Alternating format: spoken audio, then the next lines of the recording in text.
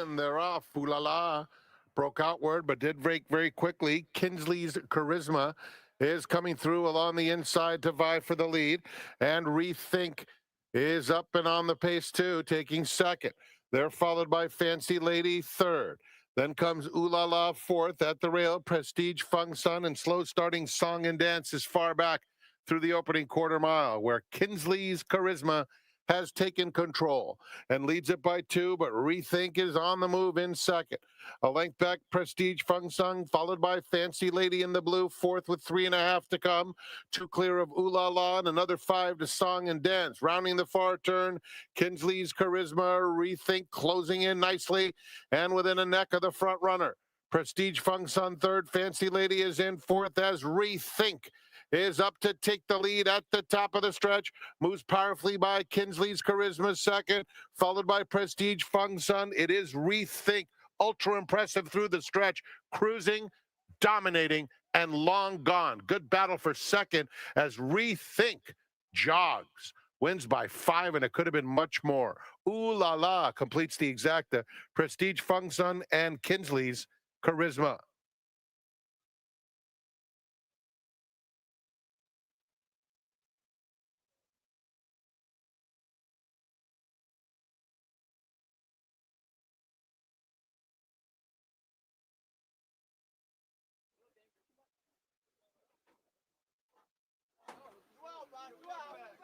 Rolling with Poland and hung over.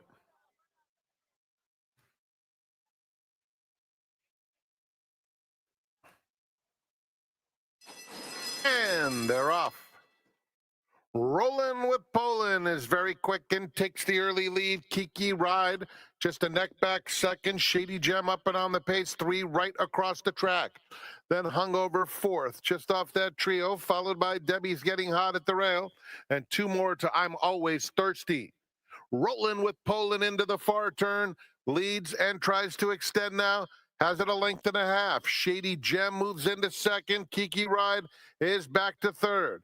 At the rail, Debbie's Getting Hot is taking fourth, 5 lengths off the dueling leaders as Shady Gem puts his white blinkers in front with a quarter of a mile to go.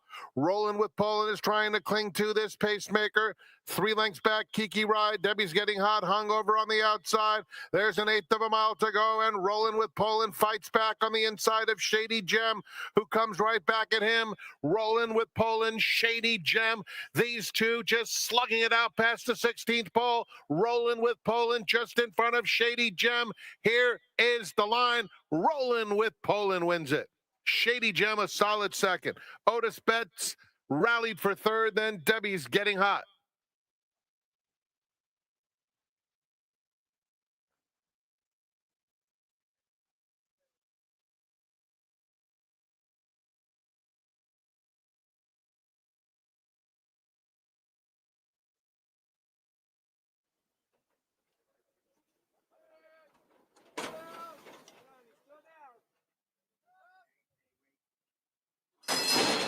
And they're off. Let's Be Frank was off slowly.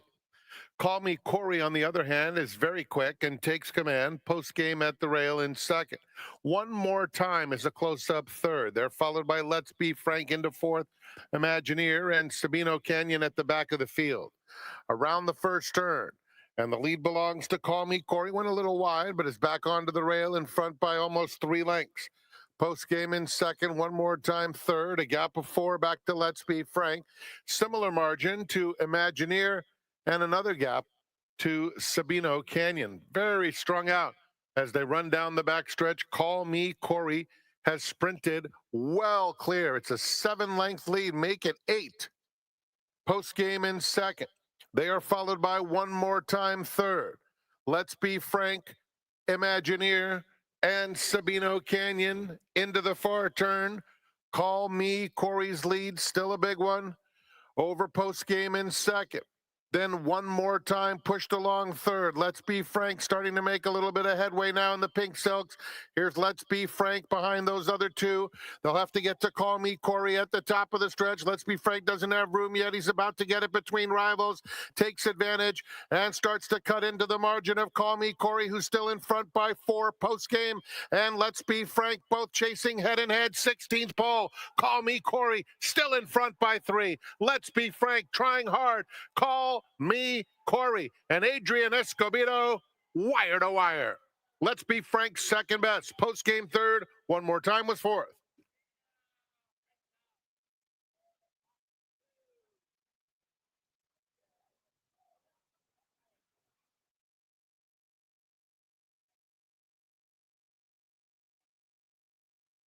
Tiger Whitworth goes up.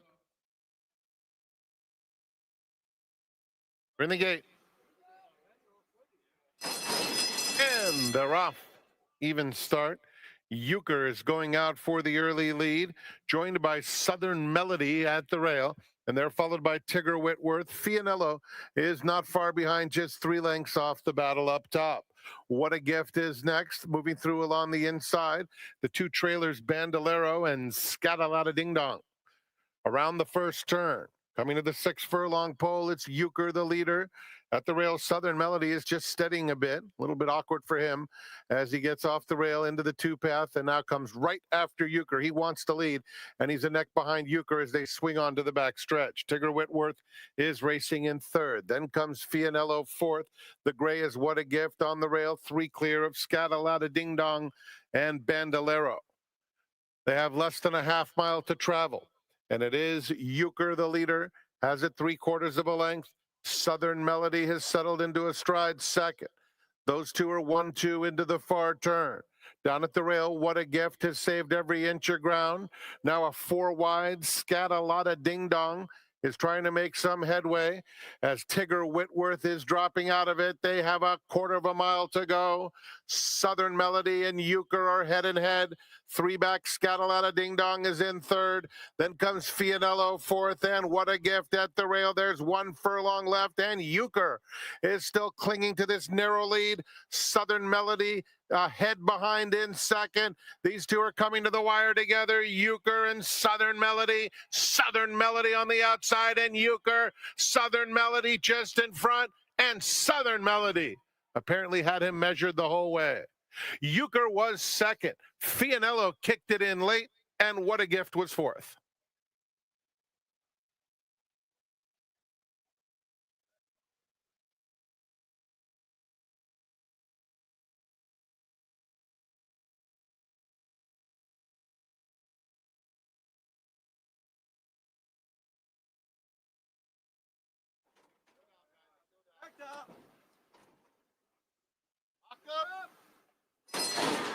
And they're off. Confidentiality rockets out of there, going straight to the front. Govern and Weekend Princess both have good speed too. And then it's Jasmine in fourth, 3 lengths off the lead, 2 clear of Slice, and a gap of 4 to La Cantina Rosa. Down the backstretch, and Confidentiality is the leader. At the rail, Weekend Princess, the 2 favorites are well clear already. It's a half dozen back to Jasmine, taking third. Govern is fourth as Weekend Princess takes the lead with less than 3 furlongs to run. A big gap to the back of the field, Slice, and an even bigger margin to La Cantina Rosa. They pass the 1/4 pole and turn for home, and it's Weekend Princess on the inside, and Confidentiality. Weekend Princess opens up a length and a half. Confidentiality is clearly second. Then comes Govern, Jasmine, and at the rail, Slice, and Weekend Princess has overwhelmed the competition. Weekend Princess, with plenty in the tank, rolls home by 8 lengths. Slice in a photo with Govern, behind that Confidentiality, and another photo with Jasmine.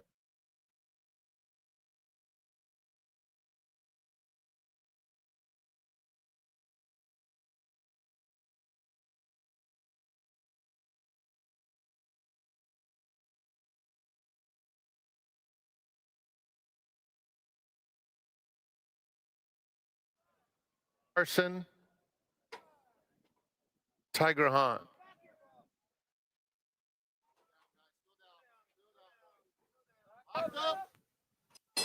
And they're off. Quick start from Mubtada. Hacking it up has plenty of early gas, too. And they are joined 3 wide by Tiger Han, who's pretty close to the pace. At the rail comes Yogi Boy in the red colors, a joint 4th as they head toward the half-mile pole. Don't Swear Dave is next. They are followed by Commander. The 2 trailers are Galan de Besos and Harson. Moving into the far turn. And the lead belongs to Hacking It Up, 3/4 of a length. Tiger Han is applying some pressure in second. The gray is Mubtada, settled smoothly behind the top pair with 3 to make up. Then comes Don't Swear Dave in 4th. He's now 5 lengths off the lead.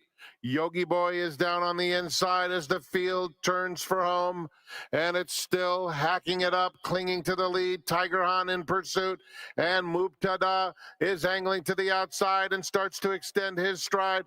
They're a 16th out, and it's Hacking It Up and Tiger Han head and head, 3 clear of Mubtada, who keeps coming. Mubtada getting into high gear, but it's too late. It will be Hacking It Up in front-running fashion. Photo between Tiger Han and Mubtada. Behind them, it was another photo between Yogi Boy and Commander.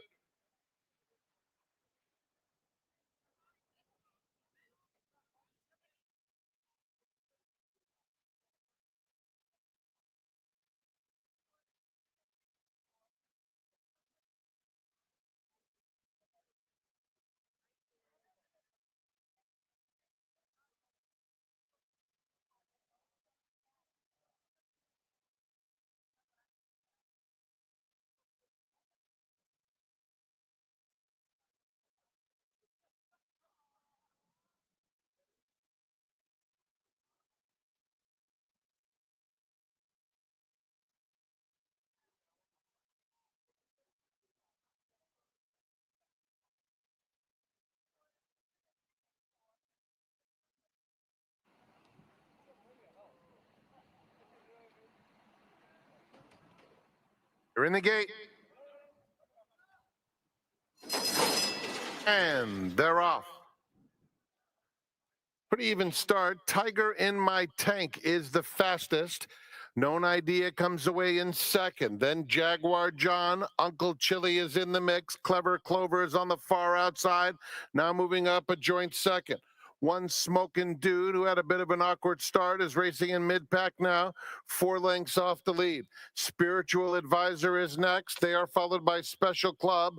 Wild Jewels is racing in between horses as they round the far turn, and Cody Boy trying to make headway in between rivals. Coming to the quarter pole, and it's Tiger in My Tank leading half a length, pressed by Known Idea in second. Down at the rail, Jaguar John, and they are followed by Clever Clover in 4th. Out in the center of the track is Uncle Chili starting to pick it up, and down at the rail, Special Club as Jaguar John has emerged with the lead. It's Jaguar John, Uncle Chili motoring down the center, though, and in the blink of an eye, it's lights out. Uncle Chili, another for Ayuso, wins for fun. Jaguar John was second. Tiger in My Tank third. Photo 4th between Cody Boy and Known Idea.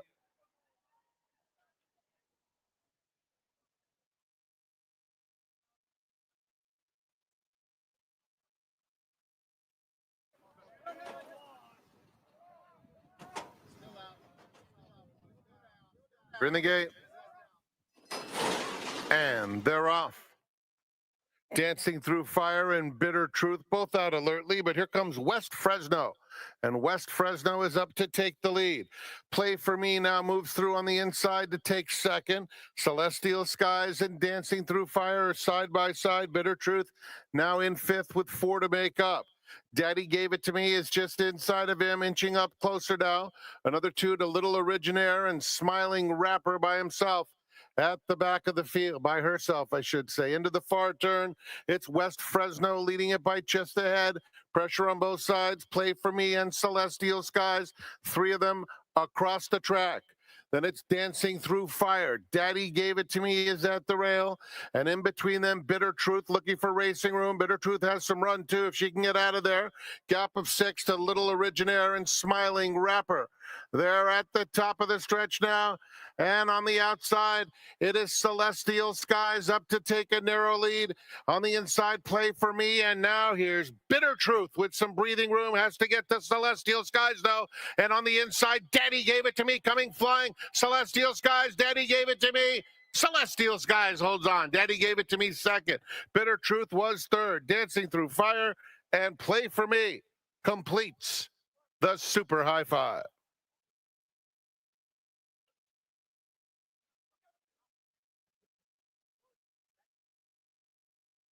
Mutual prices have been posted. The late double 93 even. Pick 3, 278.10.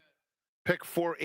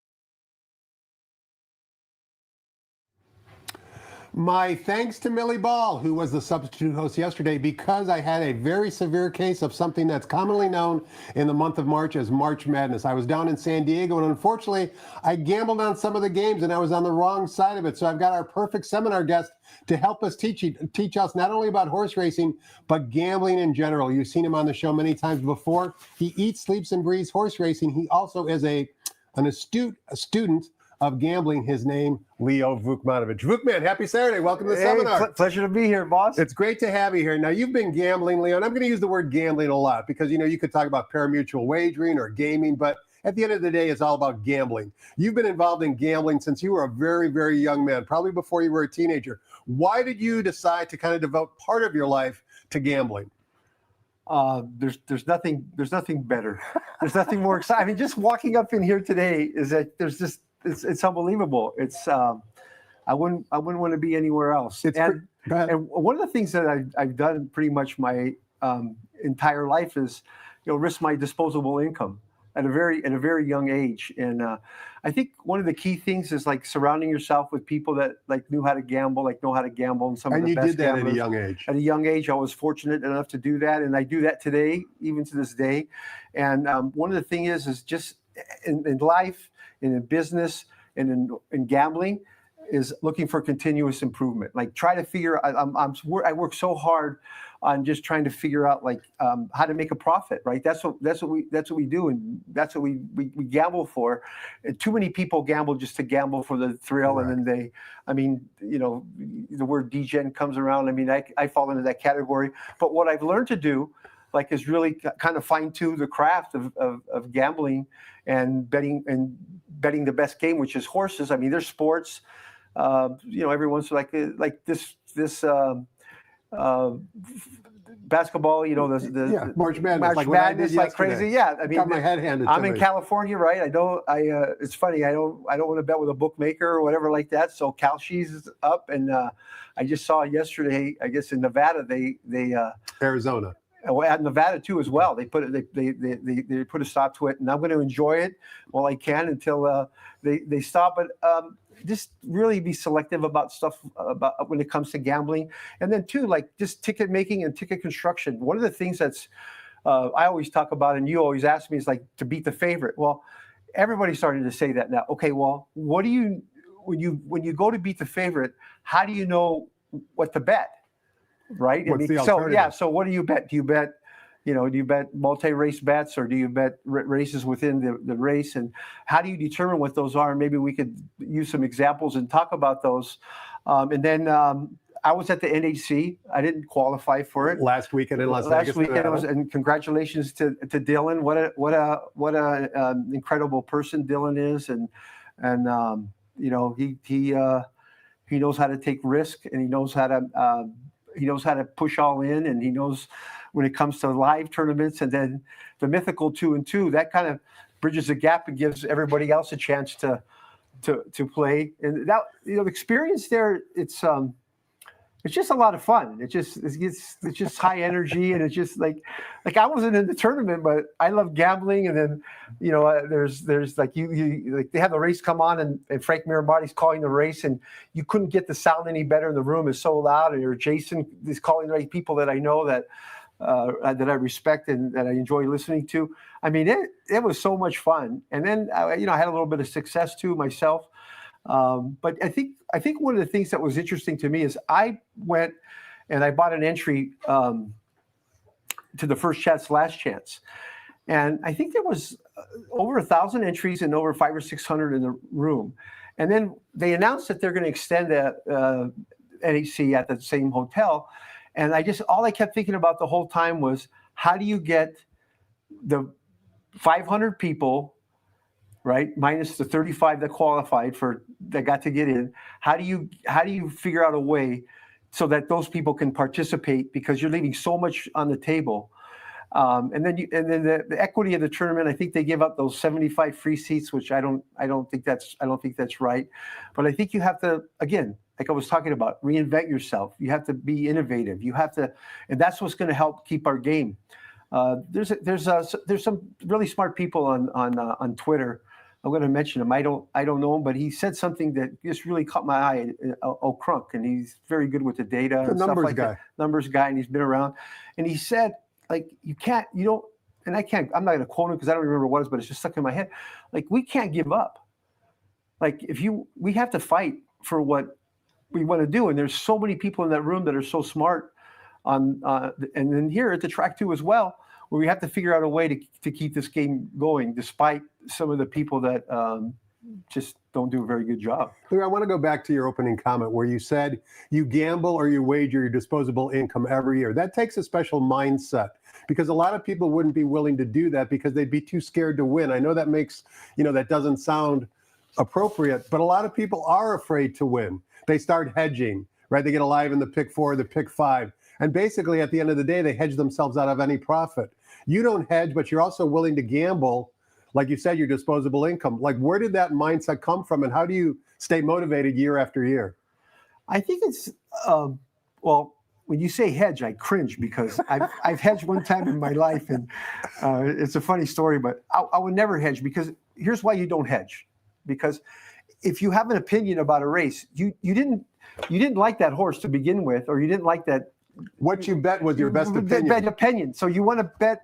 That's so key. It's like to bet your strongest opinion. Today's card, right? I'm looking at it and I go through it and I look to see where the strength of the races are and where could I, extract some money. And at the end of the day, what I'm thinking about is how am I going to make a profit today?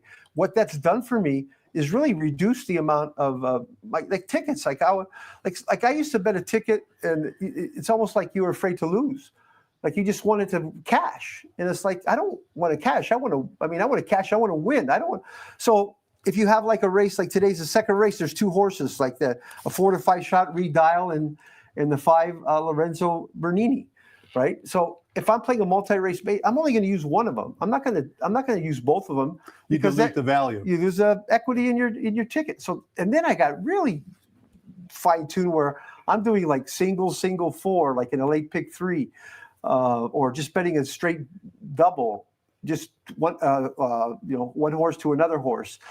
I'm not spreading in any way because you can't. It's hard to turn a profit that way, and that's some of the things I learned. And you learn it from, you just being around really smart people that know the game that are successful, and that's one of the suggestions I do. There's a lot of people out there on Twitter that are really smart and they're willing to share their intellectual property and what they know, and they do it for free. And you could listen and hear. And I listen to your shows all the time. And sometimes I find something, or I'm listening not to get anybody's picks because I don't want anybody's picks, but I've learned how to differ. You just kind of put that to the side, and somebody might say something where, hey, I could pick that up, and then I try to focus on where do I find value? Well, I'm finding value like voided claims. Like who wants to bet a voided claim, or who wants to bet a layoff horse? That's a lot of times. I mean, the biggest thing people say about layoff horses is, oh, he needs one or something like that. Correct. Well, I subscribe to Andy Harrington. I've been a long subscriber, paying subscriber. He's come out with something new that he has a weekly workout report that you pay for. That he sends an email to you on Tuesday. It has a list of works, and then he also has race trips on there. So I have them in a notebook that I keep, and then I look to see if they pop up. I'm trying to figure out a way to use technology because I'm a technology guy for 40 years to make it a little bit easy for me. But I think in that aspect, I'm a little bit lazy. I think those grandkids of mine, they get the best of me. But no, I mean that's always looking for an edge, always trying to find a way to make a profit. I told you you're in store for a treat because normally we would take a break at noon to toss the microphone to Frank Miramati, but as you might or might not have heard, today's first post has been pushed back 10 minutes to 1:10 p.m. Pacific time. So we're not going to take a break until 12:10 and find out who those scratches are. They're minimal. So we're going to continue our discussion with Leo right now. And Leo, one thing I found interesting in the first 10 minutes when you've been talking is the way you approach the races, because a lot of people come to the races and they try and predict a winner and they try and put together a ticket, but you have a clear goal in mind to walk out of here each and every day at the end of the day with a profit. And you work backwards from that. In other words, you determine maybe even how much you want to make a profit of, and you work backwards from that to see how you're going to get to that particular point. Now, some days it might be one wager, some days it might be 5 wagers. It's all going to vary based upon how you see the card.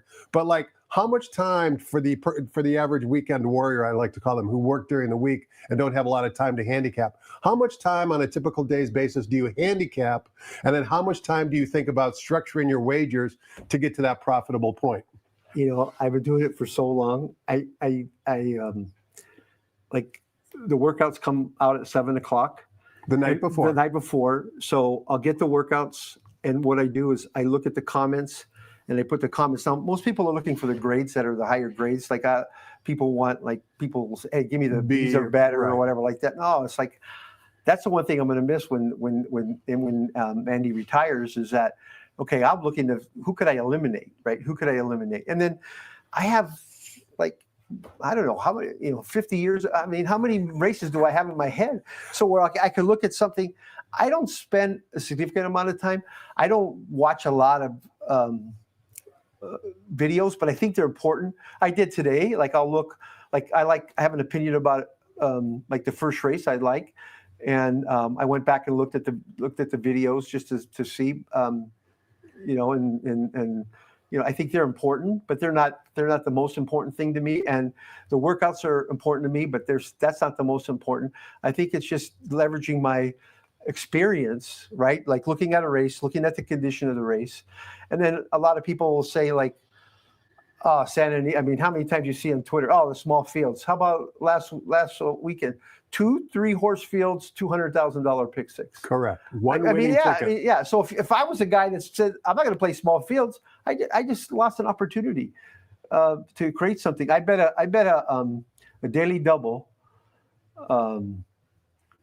and it was a 1-2 shot to a 10-1 shot, and got way more than the parlay, and created an opportunity right there. And the harder you press that bet, the more profit you're going to make, and the bigger the overlay. Yeah, and I think that's what I do, is have bigger, spending more money, but less denominations and less combinations. Yeah. Very good, very good, Leo. You're a marvel to say the least. But you have a very common saying, and I want to use it now because it kind of fits in with what we're talking about. Tell people that haven't heard the saying before, what happens when you bet a favorite? Yeah, win nothing or lose everything. Yeah. But that's kind of the reason why most players lose, because they bet more on favorites when they should be trying to either beat the favorite or even not play the race. That's a great point about not passing and not playing the race, because there's races on the card today that you don't have to bet every race. And then the other thing that's important is, when do you take that? What do you do with that favorite? A good example is the first race today. We got a horse that's 3-5. I think he stands over the field. So what am I going to do to make a profit? I'm going to look at playing the exacta, or maybe even tries. And there's a tournament today. So there's, these kind of races are actually really good for tournament, because you want to get to the end the shortest way there. And sometimes the shortest way there is just a $10 exacta is paying $10, right? And so if you crush it, you bet a $300 exacta that pays $10. That's $3,000, and you're sitting on top, right? For the day instead. And I see so many people I watch, and they'll pick 4 winners in a day, and then they're like, I can't do that. Leo, I want to follow up on something you just said, where you could basically crush the first race by using the favorite on top if you're right about a longer price second place finisher. Dylan Donnelly, who we talked about, won the NAC tournament last weekend in Las Vegas, Nevada, and took home a check in excess of $800,000. He's a very patient player. He doesn't make it overcomplicated. He keeps it simple. I think of his winning wager in the very last race when he played a Doug O'Neill trained horse, who happens to be our leading trainer. The price was 10-1. Of course, not every player had it, but he's another player just like you, that kind of just keeps it simple and really presses his opinion rather than trying to, solve every single riddle on the card. Yeah, he's incredible. I mean, he made the final table last year. People don't know, and then he's probably like right now one of the elite premier players because he could do both. Again, like the 2-2 place, you'll go to the NHC and there'll be those people aren't playing. 90% of them, they're not playing in cash tournaments. And when we have cash tournaments, there's probably not a whole lot of people that could win them, especially when you get the higher. When you have to pay more, they start to get uncomfortable. The players start to get uncomfortable. It's way too much money, even right? Even myself, like the $500 one or $1,000, those are like my sweet spots. When you get to the bigger number, in order to win, I'm learning how to get there. The BCBC comes to mind, the Breeders' Cup Betting Challenge. That's a $10,000 live money tournament. There are players who, after maybe the course of the first day and a half, build their bankroll up to 50, 60,000. For a lot of us, that would be okay. I'm good. I've made a good profit. It's been a great weekend. But the players who are really elite, who are really going to win the tournament, are willing to risk every single penny on the next wager. And almost inevitably, the champion, the BCBC champion, does exactly that. 3/4 of the way through the tournament, shove their whole bankroll in to create another winning wager. Yeah, I think no, you're 100% on that. And I think here's another place that needs to get reinvented and innovated, because if you look at the tournaments, they're not taking enough, to me, my opinion, they're not taking enough for the prize pool, because then they're not giving back. If you look at today's, let's not think about the 500, but we had the Ultimate Betting Challenge, right? There wasn't a lot of people that played, and I think they need to increase the amount of prize pool. Right. That's what's going to attract the people to come, because people aren't going to pay 2 entries at 6,500 to win, to break even. Yeah, they're not going to do that. But if there's 100,000 in the pool, they're all going to show up. And then too, is like trying to get people back on track. You could recall this. I mean, there would be times, even maybe less than 10 years ago, where they were so impactful to the pools. People would travel from all over the country to come and play. And it's been a cycle, I think, of people. There's, it's hard to change. So you have to, reinvent yourself, and we have to reinvent ourselves to the races to get people to come to the track and have a track experience. I smile, Leo, because you used the word reinvent multiple times, and I always like to say the most successful companies today, outside of horse racing, are disruptors. You think of Uber, they displaced the taxi company. You think of Netflix and Amazon and all the companies that are so innovative, they're disruptors. And so you're right, we do have to reinvent ourselves.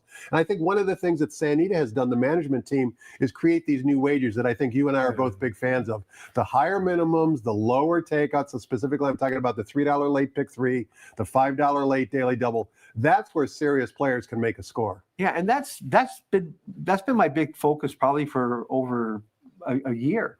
The turf pick 3, the late pick 3, the late double. And my strategy is I'll single the first leg if I have a good opinion about it, right? And if I don't have a strong opinion, there might be a day where I don't bet it, right? And that's the thing you have to, like, it's hard to, our friend Roger Stein used to say, you could beat a race, but you can't beat the races, right? Correct. And so you have, that was my strategy. So if I have a strong opinion and miss, then I can come right back to the late pick 3. And then if I miss, I got a late double. So I can recover from some of the bets that I've lost, and then the last race, if I blow them all, then I can go home. I don't have to bet, And tomorrow's another day. Tomorrow's another day, and the next 30 minutes is when we're going to find out specifically who Leo likes on today's 9-race card. Not only is he going to tell us who he likes, but he's going to tell us how he's going to attack each and every race from a wagering standpoint. Looking forward to that segment, but before we do any of that, let's toss the microphone over to track announcer Frank Miramati and get the early changes on a beautiful Saturday's card here at the Great Race Place.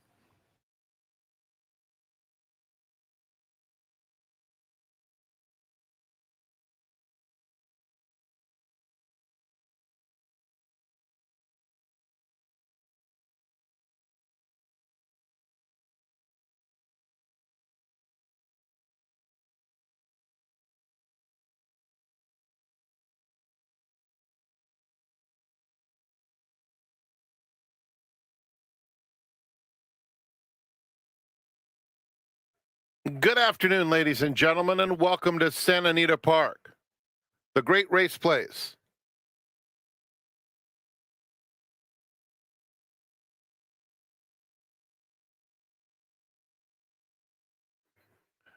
The track is fast. The turf course is firm. The rail on the turf is at 0 feet. Note that we have a Sunset Pick 6 carryover yet again.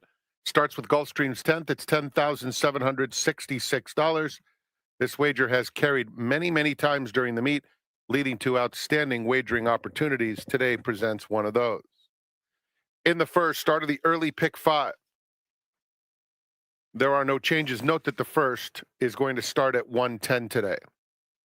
Race 2 is the first leg of the early Pick 4. Turning to race 3, no changes. The fourth starts the $2 Pick 6.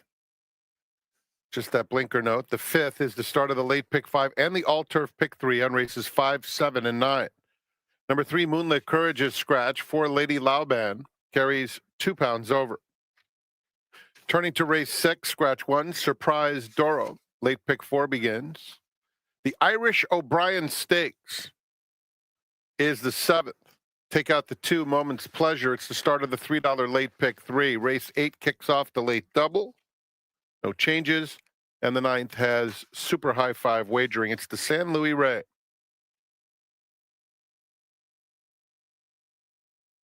Enjoy your day at the Great Race Place. Post time for the first to 10 minutes later than usual. It'll be at 1:10. There's a list of the revised post times. We do have the Coast to Coast Pick 5, another nice payout yesterday, combining races from Gulfstream Park and Santa Anita Park. To get some winners, let's go back to Quigley's Corner. The Vukmobile is parked at Santa Anita. We've got the Vukman in the house. Leo Vukmanovich is with Tom Quigley. Enjoy the day.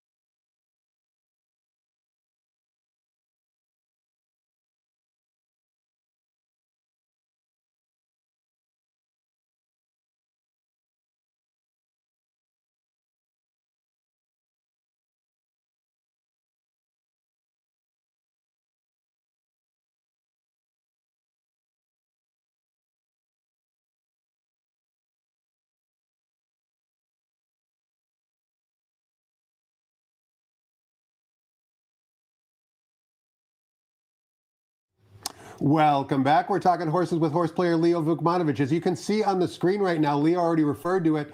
He is going to be playing 2 entries today in the $500 Santa Anita Challenge. If you want to take him on from a handicapping standpoint, now's the time to do it. Put your money where your mouth is. As you can see, the $500 gets you a $300 live money bankroll plus $200 entry fee, which is all returned to the players. What players are playing for, besides keeping their bankroll, are things like the National Handicapping Challenge qualifying seats, also the Florida Derby and Santa Anita Derby Challenge seats, as well as cash. You can play both on track as well as online at expressbet.com. All right, Leo, as we've talked about, a number of short fields today, but that doesn't deter you. You are not a field size snob. You believe that no matter what the size of the field is, you can make money, and you're going to give us illustrations and examples of that. So let's look at the first race to kick things off, where we're on the turf course. We're traveling 1 1/8 miles.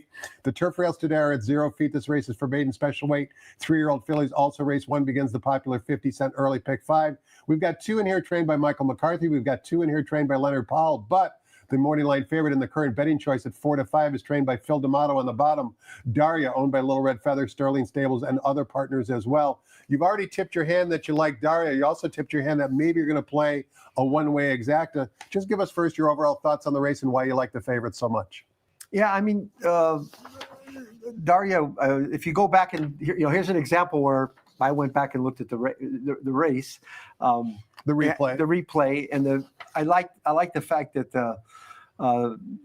this 3-year-old filly, the race was kind of, the horses were kind of spread out. I'm not a big proponent of where they all finish in a bunch. Mm-hmm. And so just to turn a foot down the stretch was really good. And I think this horse is, is bred and really well, and I think this horse is going to, be a short price, which he is right now. And so what I'll do is in a race like this, I won't even like box an exacta. I'll just play a straight exacta. Again, you take equity out when you're boxing exactas and stuff. And that's something I would do all the time. And then from a workout perspective, the horse has a good graded work. And then one of the things I mentioned was the weekly report.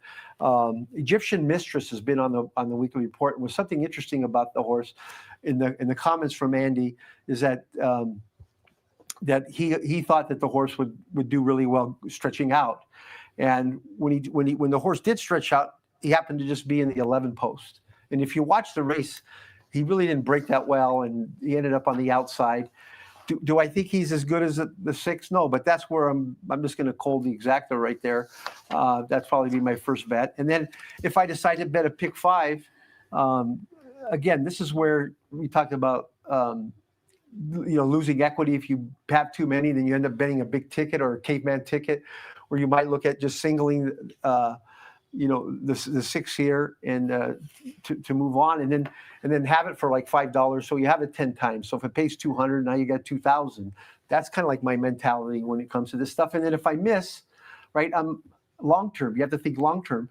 If I miss, and if I have 3 singles in the segment, maybe I'm not spending a lot of money. So I'm taking the risk of maybe not cashing, but if I do cash, I'm going to cash more if I'm right, and then long term I might not lose as much. So you try to, that's what you try to think of. And like in that book that I mentioned, there's so many things in there, and you really need to take a look at it, because like they talk about record keeping, they talk about, these are the best of the best bettors that have been on Chris Larney's podcast, and I think there's a good, there's.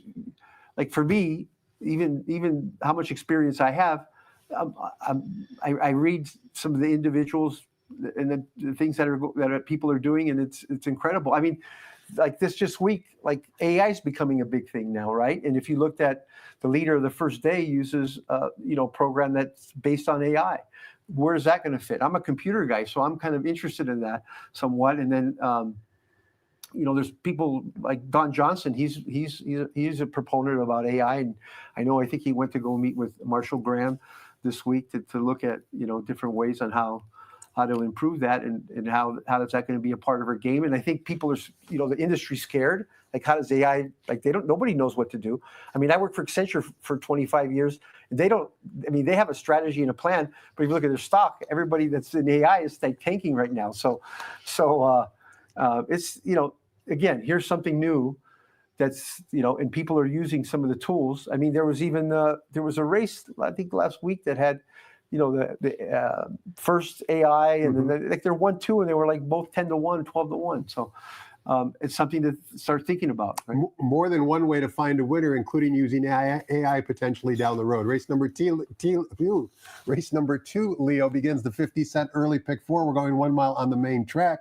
Main claimer, $20,000 is the claiming tag. Redale coming off the layoff for trainer Peter Urton is 4-5 on the Maury line. Talk to us about race 2. Yeah, I didn't. I went to the 5-horse Lorenzo Bernini. The drop from 50, open 50 to 20,000. I think is something that I think I just trust that horse to do his thing today and get to the winner's circle. And the trainer, years ago you wouldn't handicap trainers or jockeys, but that's something you have to do now. You have to go with the hot hand. Georgie won a race yesterday, and he's been he's so far this meet he's clipping at over 20%.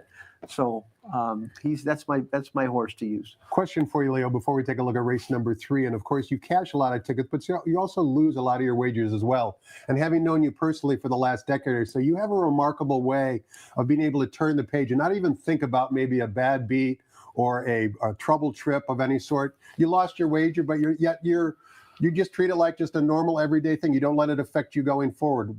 Talk to us about why you think that's so important. I think it's important to winning because it's negativity, right? And I like to stay positive, and and then I talk to my friends and they tell me about their bad beats, and I could compare mine to anybody's, sure. but that's part of the game. You're going to have bad beats. You're going to get beat in a photo. You're going to get beat for a significant amount of money. That just happens. That happens to a lot of people and happens to pretty much everybody that plays a game. I mean, how about the guy that finished second in the NAC? By 80 cents. 80 cents. That's 500,000. He I think what the difference was. And they say that might have been the ultimate bad beat. Well, yeah, but that guy was successful that day, and he's going to come back and he's going to do it again. And be more he motivated. might, he might be on the right side next time, right? Race number 3, we're continuing the 1 mile in the main track theme. This race is for Calbred allowance optional claiming types. Non-winners of one other than a field of 5. Maury Lane favorite number 3, Coach Cronin, who not only is going to be running in today's third race, but Coach Cronin is going to be playing in March Madness tomorrow against the University of Kentucky and his UCLA Bruins. Thumbs up or thumbs down on Coach Cronin in race 3? These are the toughest races to handicap and the toughest races to win. How many times do you see a 5-horse field where they go so, like 3 of them go wide? And at first when I saw it, my first instinct, and that's always important to me, what I think first, I really try to stick with that. I thought maybe Coach Cronin was a lone F, but I think the other thing is Doug O'Neill, like right now, I mean, I'm not a stats guy when it comes to that, but I mean, he went on a horse yesterday, wire to wire, that 9-2, that didn't look like he had very good works, and I didn't think he was going to run a step, and he broke on top and went wire to wire and won the race. And so I took a stab with the 4 Mickey's Express, only because when he came back off a layoff, he protected him, and I started looking at this race, and then I started thinking maybe Refocus might try to lap on Coach Cronin, and maybe they get themselves in a heated battle. I think the 1 and the 5, they're stone cold closers. I think from the heat and the way the track tends to play, if you look at the races yesterday, everything's towards the front. It's not. I think with the heat, it tightens up the track, and I think those are the things. That's what I consider like an edge that I think that I have. But I'm going to go with Mickey's Express, and just because I think he's going to get the trip on the outside with a hot jaw, right? So, Leo, a question for you. We know you like Daria in race number 1. We also know you like Lorenzo's George Papapadronov's runner in race number 2. Here in race 3, you do not like Coach Cronin, or at least you don't have Coach Cronin in your top 2 selections. If you were playing an early pick 5, it sounds like you would single to kick things off. Then how deep would you go in this third race? In other words, you'd obviously include, and my assumption would be both the 2 and the 4. Would you also put Coach Cronin in, or is that where you lose the equity? I would not. This is a race where you're trying to beat the favorite. So here's my philosophy when it comes to that. You're either going to use in a multi-race race. You're either going to use a favorite, and if you do, you single him. That's it. Yeah, you single him. And if you're not going to use him, I mean, you don't include him, right? You don't include him because of that you lose the equity in the ticket. So I would use the 2 and the 4. Coach Cronin is going to probably get bet to the favorite. I would use both O'Neill horses in a ticket like that. But yeah, I do not include them, and I really stuck to that because then again, that has to do with long term, right? Because then you're betting too many combinations, you're spending too much money, and then when you win, you might have your ticket. You're not going to have a profit, and that's what's the key to success is having a profit. We're not here to trade dollars. We're here to make a big score, right? Yeah. Bet a little, win a lot. Yeah. Race number 4 begins the $2 pick 6. We're sprinting 6 furlongs on the main track. Maiden claiming 3-year-olds in for a $32,000 tag. Take note number 2, Matt Me Sexy, who is the 2-1 Maury Lane favorite, is also a first-time gelding, also first-time Lasix user. Here we are with a Doug O'Neill favorite. Thumbs up or thumbs down here, Leo? The favorite I think is the Doug. I mean, I put the horse, but this is a good example of race. You like we talked about, like bet. What happens when you bet favorites? Yeah, when you bet favorites, lose everything or win a little. Yeah, and then here, like I don't see like this is a pass race for me, totally pass race for me. But I do like blinkers off, so that's why I went with the 4, another Juanito. The 2 has good works, Okay, he gelded the horse, and he's dropping. That's ultimate. That's one of the ultimate drops. And then he ran against Boyd the first time out. But then again, like hard to extract money from this race here with those horses in the race. Now, if I didn't like either one of them, then that would be an opportunity for me to do that. But I think they're the contenders. There's a horse on the outside from Los Alamitos that's running. I think his time is too slow, but I've had a lot of success betting those horses from Losal because when they changed over to 1,000 yards, they found a loophole where they were restricted to only have 5,000 claimers. Now they have horses that run that are really good there, and so I've had a lot of success betting those. But this one particular one, I think, is a little bit too slow, so I wouldn't use it. So kind of a pass race for me. But if you need to get involved, and then I would use a 2 and the 4, like in the pick 5. So. And real quickly, though, let's revisit your comment about blinkers off, because I do know you've had a tremendous amount of success just playing blinkers off horses. It doesn't even matter what barn the horse resides in. You like blinkers off because basically what happens is, if you think about it very simply, like what you and Dylan Donnelly like to do, keep things simple, is suddenly the horse has a whole new world of vision and he becomes more competitive. So I hate to say that you bet it blindly, but in many cases you do, because blinkers off can be such a wake-up type of move. Well, I think 100%. Yeah, I think it's just a change. It's a change, and I like off. I don't care about on, but I like off. And then they're probably doing some other things too with the blinkers off to help that horse improve. And if you look, there's quite a few of them that win. Keep it simple. Race number 5 begins both very popular wagers, the 50-cent late pick 5, as well as the $3 all turf pick 3 with a reduced 15% takeout. We kick off both wagers in race 5, 1 mile on the turf course, fillies and mares. It's a starter allowance race. There is one scratch the 3, Moonlit Courage, leaves us with a field of 5. Number 1, She Splendid, with Juan Hernandez in the saddle, is the 2-1 Maury line favorite. Pivotal jockey switch here. Give us your thoughts on race 5, Leo.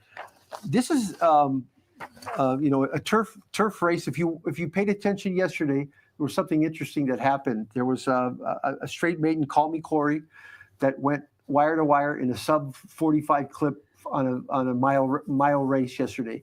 I think because of the heat, I think the turf course is really, really firm, and that's, to me, I think paying attention to those things kind of gives you an edge. What's interesting about this race is the horses that I like, neither one of them are turf horses. So the horse that I landed on, Thirsty Trickster, is someone that's been on the weekly list that I like. I think he gets he fits the condition because of the $16,000 claiming races that he's come in, but he hasn't been on the turf. So I don't know if Jeff just couldn't find a race for him and he's putting him in here.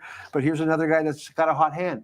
Right, that's the guy that I want to be on. I want to be on the, close to 30% guy, not the guy that's 5%. Right, and so that's something different.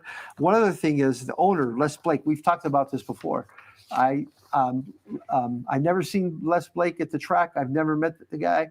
I know I talked to you. You got to have this guy on because he's an owner that has spent significant amount of money to help keep the game going, and he needs to be recognized for that. And I just want to tell him thank you, and hope maybe one day I get to meet him here. The game only exists because of 2 different groups of people, right? Horse players and horse owners. Yeah. They can be male or female, they can be rich or poor, but at the end of the day, they put up their disposable income, like you started the seminar with, whether they're a horse player or a horse owner, with no guarantees whatsoever of a return.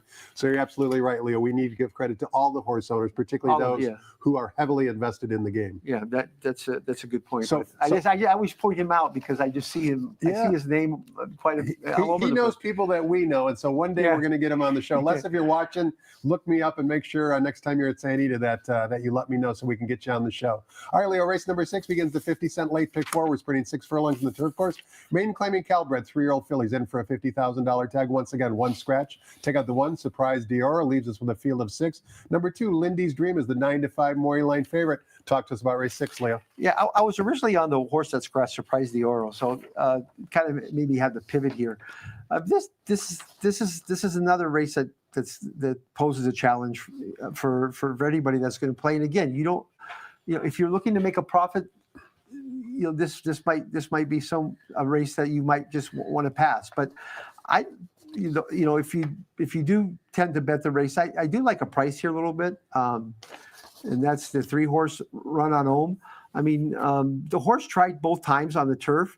He's dropping, which I like, that perspective about him. Ohm, he did pretty good on the dirt, right? Sure First did. time beat American Pharoah, right? Down at Del Mar. I remember that. And then the horse I like in there as well is the Mettler, the 5, first-time starter from the Legacy Ranch Barn. I think he's got. I think he's got a consistent work pattern, and he's got some decent works that I think he's the. I think he's the other one that'll get there. And then obviously the 2.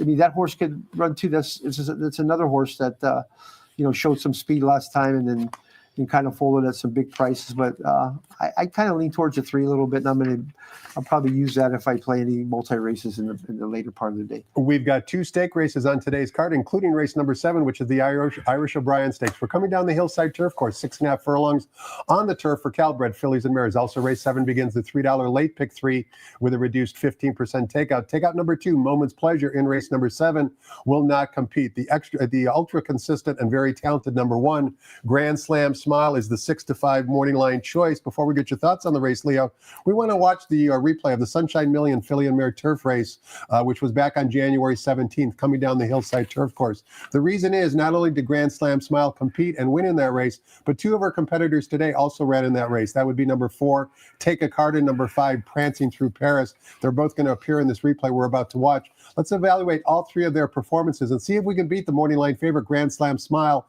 And we'll listen to Frank Miramai to describe the action back on January 17th and take in the action. And they're off in the Sunshine Millions filly and mare turf sprint, presented by John Deere.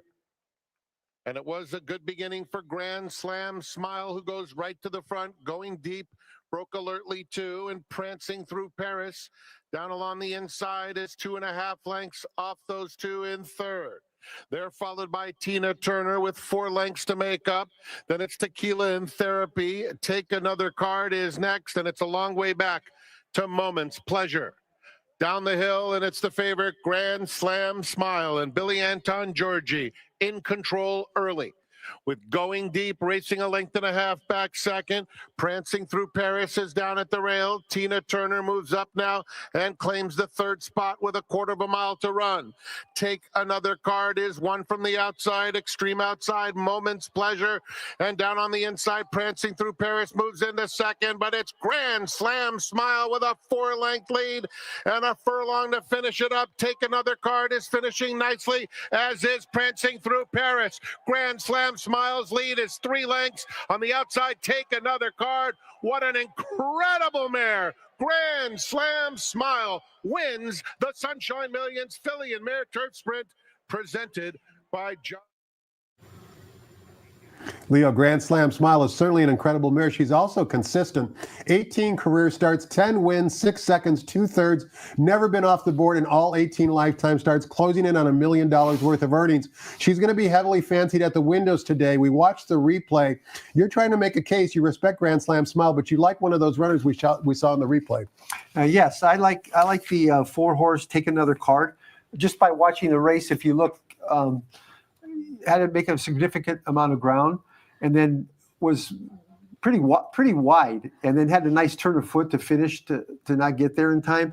And then the fact that you talked about how many races I've seen in my life down the hill, right? Like the one post is not always the best post for that thing. So I think with the field being smaller, the horse might not have to go as wide, and maybe today he'll get up. And then I did see with Grand Slam Smile, William Anton Georgie has been riding at Turfway, and last time he rode Kimura, and then he decided to bring him back, which I think is really cool.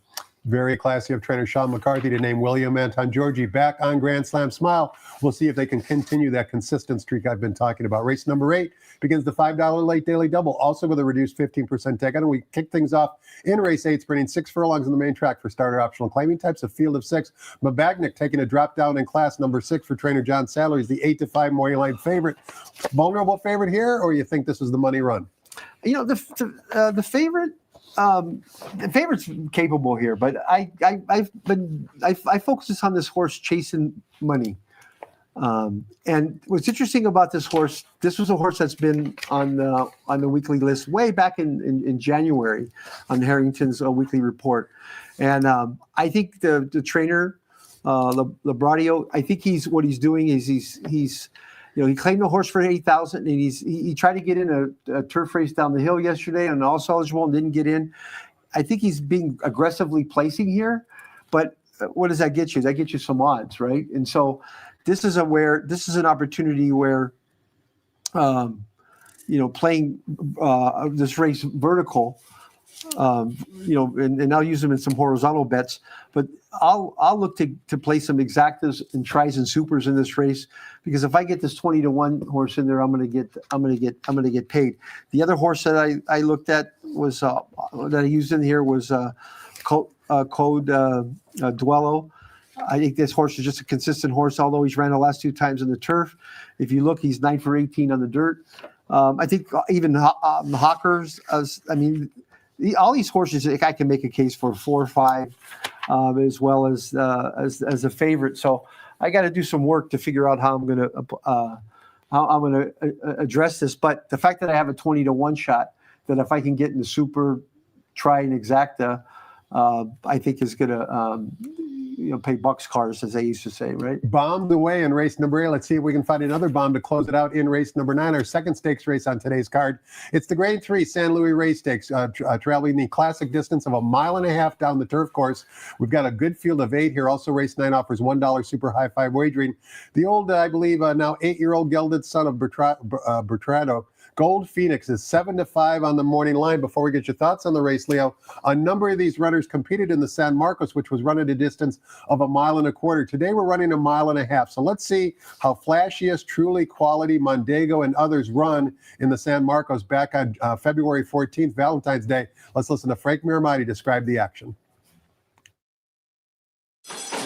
And they're off in the San Marcos. It was a very even start. Twirling Point in the center of the course is going out for the early lead. Stay Hot, matching strides with him through the opening stages, and just behind that comes Flashiest in third. Mondego is settled on the rail in fourth, some 3 lengths off the lead as they slow things down by the stands. Grogu is next. He's racing side by side with Gold Phoenix. Just inside of them is Endlessly and Truly Quality and Mike Smith galloping along 10 lengths off Twirling Point. So Jonathan Thomas first and last in the early stages of the San Marcos, with Stay Hot right off the leader's flank in second. Then it's Flashiest in the pink silks third. Mondego on the rail in fourth. Gold Phoenix 3 wide, 5 lengths off the lead as they swing on to the Santa Anita backstretch. Grogu is just inside of him. Endlessly second to last, and then Truly Quality down the back stretch. And it's Twirling Point, leading by 1/2 length. A comfortable Stay Hot is up alongside in second. Flashiest third. Mondego at the rail, 3.5 off the pace in fourth. Grogu and Gold Phoenix are right together, Endlessly 3/4 length behind them. And still an unhurried Truly Quality has been at the back every step of the way, where Twirling Point takes him into the far turn, getting pressed now by Flashiest, and Stay Hot keeps pace with that pair. 3 across the track. Mondego's in fourth. Gold Phoenix fifth, has 4 lengths to make up, followed by Grogu, Truly Quality, and Endlessly. They are at the top of the stretch with several chances to win. Stay Hot in between Flashiest. Here's Mondego's had a good trip, trying to take advantage in the final 16th, and he's eating up the ground. A late run from Truly Quality, who's coming quickly. Mondego hits the front, close to home, and Mondego has won the San Marcos. Tight photo for second between Flashiest and Truly Quality. Stay Hot finished fourth. Perfect trip under Misael Jaramillo. Leo, a lot to digest in that replay. Make it concise for us. Who do you like and why in race 9? Yeah, I'm going to the outside horse, the 8 Watsonville. Although he might not have the class, I think he just gets the lead here and just keeps rolling. Again, like I talked about how speed the track is. And then if you watch that race, Gold Phoenix, I mean, he didn't switch leads. He just, I think maybe it's getting long in the tooth there, and he ran so well in the Breeders' Cup, and he's been an incredibly great horse.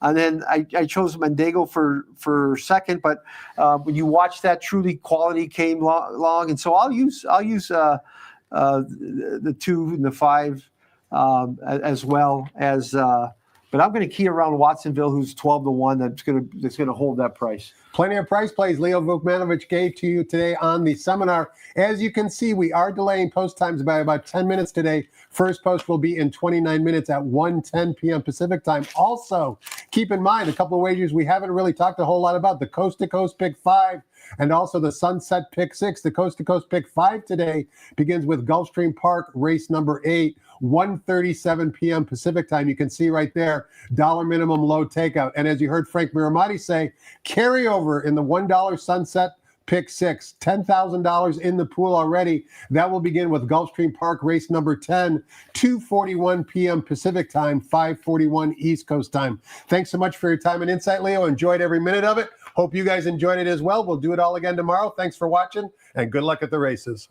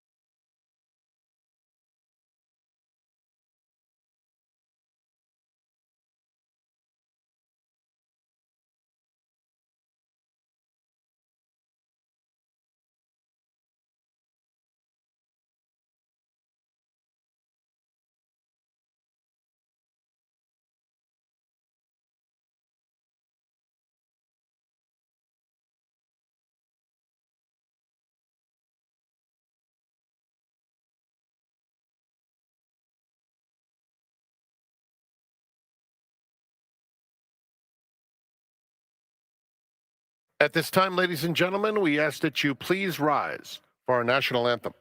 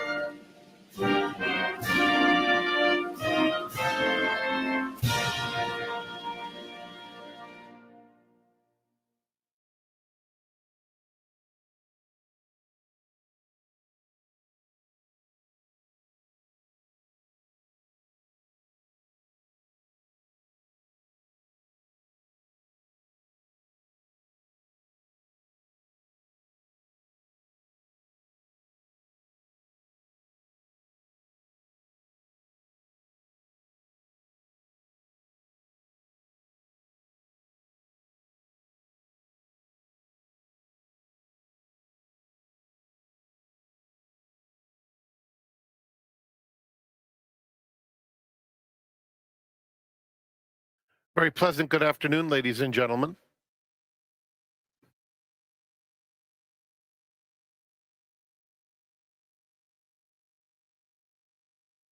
And welcome to Santa Anita Park, the great race place. Track conditions are brought to you by John Deere. Here are the changes. Nothing new to report since last time. Keep in mind, please, that in about 25 minutes, we start the Sunset 6, which is a pick 6 wager combining races from Gulfstream and Santa Anita Park that carry over today more than $10,766. In the first at the Great Race Place started the early pick 5, no changes. Race 2 starts the early pick 4 with the blinker note. In the third, there are no changes. And the 4 starts to $2 pick 6. Blinkers off, number 4. Race 5 starts to late pick 5 and the all-turf pick 3. Scratch number 3, Moonlit Courage. And note that number 4, Lady Lauban, carries 2 pounds over. All-turf pick 3 and late pick 5 start with the 5th. In the 6th, scratch 1, Surprise Doro. In the 7th, the Irish O'Brien, scratch number 2, Moments Pleasure. Race 8 is the first leg of the late daily double. No changes. And the 9th is the San Luis Rey. Super high 5 wagering is offered. Enjoy your day at Santa Anita Park. They'll be at the gate for race 1 a little later than usual, but it's all set now at the post times for the afternoon. 24 minutes at 1:10. Coast to Coast Pick 5 is offered every Friday, Saturday, and Sunday. We had a very nice payout again yesterday, and today it will begin with Gulfstream's 8th at 1:37 p.m.